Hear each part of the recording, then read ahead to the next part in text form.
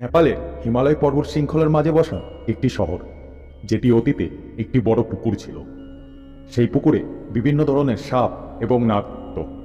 Seven UNESCO বিশ্ব ঐতিহ্যবাহী স্থান, তন্ত্রবিদ্যা এবং খোলা শ্মশানের জন্য বিখ্যাত এই শহর, এবং এখানে বিরাজমান শিবজির সম্মানে তৈরি একটি মন্দির। শহরের কোনায় কোনায় এমন অনেক রহস্য লুকিয়ে রয়েছে যেগুলির সম্বন্ধে খুব কম লোক জানে। এপ্রিল 2015 একটি বিপজ্জনক ভূমিকম্প কাঠমান্ডু শহরটিকে বিধ্বস্ত করে। দেখতে দেখতে শহরের ঘরবাড়ি, দোকান সব মাটিতে মিশে যায়, আর এর নিচে চাপা পড়ে মৃত্যু হয় 9,000 মানুষের।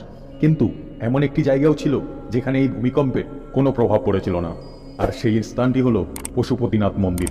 কাঠমান্ডুর বাগমতী নদীর তীরে অবস্থিত এমন একটি মন্দির যেখানে আপনি একসঙ্গে প্রায় 100টি শিবলিঙ্গের দর্শন করতে পারবেন। এটি হলো মহাদেবের সম্মানে তৈরি পশুপতিনাথ মন্দির। এই মন্দির এবং এখানের শিবলিঙ্গগুলির সম্বন্ধে একাধিক কাহিনী রয়েছে।